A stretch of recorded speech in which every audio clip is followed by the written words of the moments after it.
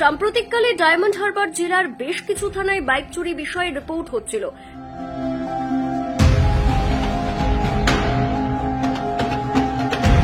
সে বিষয়ে সক্রিয় ভূমিকা নেয় ডায়মন্ড হারবার জেলা পুলিশ। এরপর ফেলে দেওয়া একটি বাইক পুলিশ ব্যবহার করে র্যাকেটটি পুলিশের জালে পা দেয়। পুলিশের প্রথমে একজনকে গ্রেপ্তার করেন, তাকে জেরা করে সারা রাত পুলিশের বিভিন্ন জায়গায় তল্লাশি চালিয়ে 4 জনকে পুলিশ গ্রেপ্তার করে। তাদের কাছ থেকে মোট 14টি বাইক উদ্ধার করে। বাইকগুলো মহেশতলা থানায় রাখা হয়েছে। পরবর্তীকালে আইনি প্রক্রিয়া সম্পন্ন করে বাইক নির্দিষ্ট মালিকের হাতে তুলে দেওয়া হবে। এই বিষয়টি নিয়ে সাংবাদিক সম্মেলন করেন ডায়মন্ড হারবার পুলিশ জেলার অ্যাডিশনাল এসপি জোনাল মিথুন দে। থানাতে রিপোর্টেড হচ্ছিল সাম্প্রতিককালে, যেখানেতে বাইক চুরির কিছু ঘটনা আসছিল।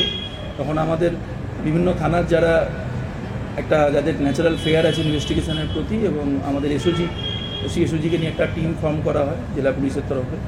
এরা খুব অক্লান্তভাবে পরিশ্রম করে আমরা একটা লেডেড ট্র্যাপ বলতে পারি, যেখানে একটা ফেলে যাওয়া বাইকের উপর আমরা সেটাকে সিজ না করে, আনক্লেম সিজ না করে, আমরা ওটাকে একটা বেড হিসেবে ট্যাঙ্গেল করি। তাতে ওই র্যাকেটটা তারা কিন্তু এন্টাইজড হয় এবং আমরা একজনকে অ্যারেস্ট করতে সক্ষম হই। এবং তার পরবর্তীকালে টোটাল আমরা এখন পর্যন্ত 4 জনকে অ্যারেস্ট করেছি। কাল রাত পর্যন্ত এই রিগার্ডে অ্যারেস্ট হয়েছে এবং ধাপে ধাপে আমরা 14টা বাইক সিজ করতে সক্ষম হয়েছি। তো এটা আমার মনে হয় একটা সিগনিফিক্যান্ট রিকভারি। তো আমরা প্রসিজিওর মেনটেন করে যারা বাইকের ওনার তাদেরকে আমরা এগুলো রিটার্নও করব।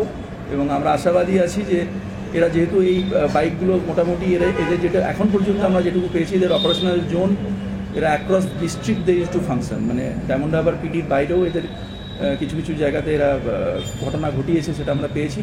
তো আমরা এটা আরও ফার্দার করবো আমাদের ইনভেস্টিগেশনটাকে। এবং সুন্দরবন এলাকায় কিছু রিসিভারের কাছে ওরা বিক্রি করতো। যারা এতে ইনভলভড আছে আরও ফার্দার অ্যারেস্ট এক্ষেত্রেও হবে এবং আশা করছি রিকভারিও হবে। ধন্যবাদ।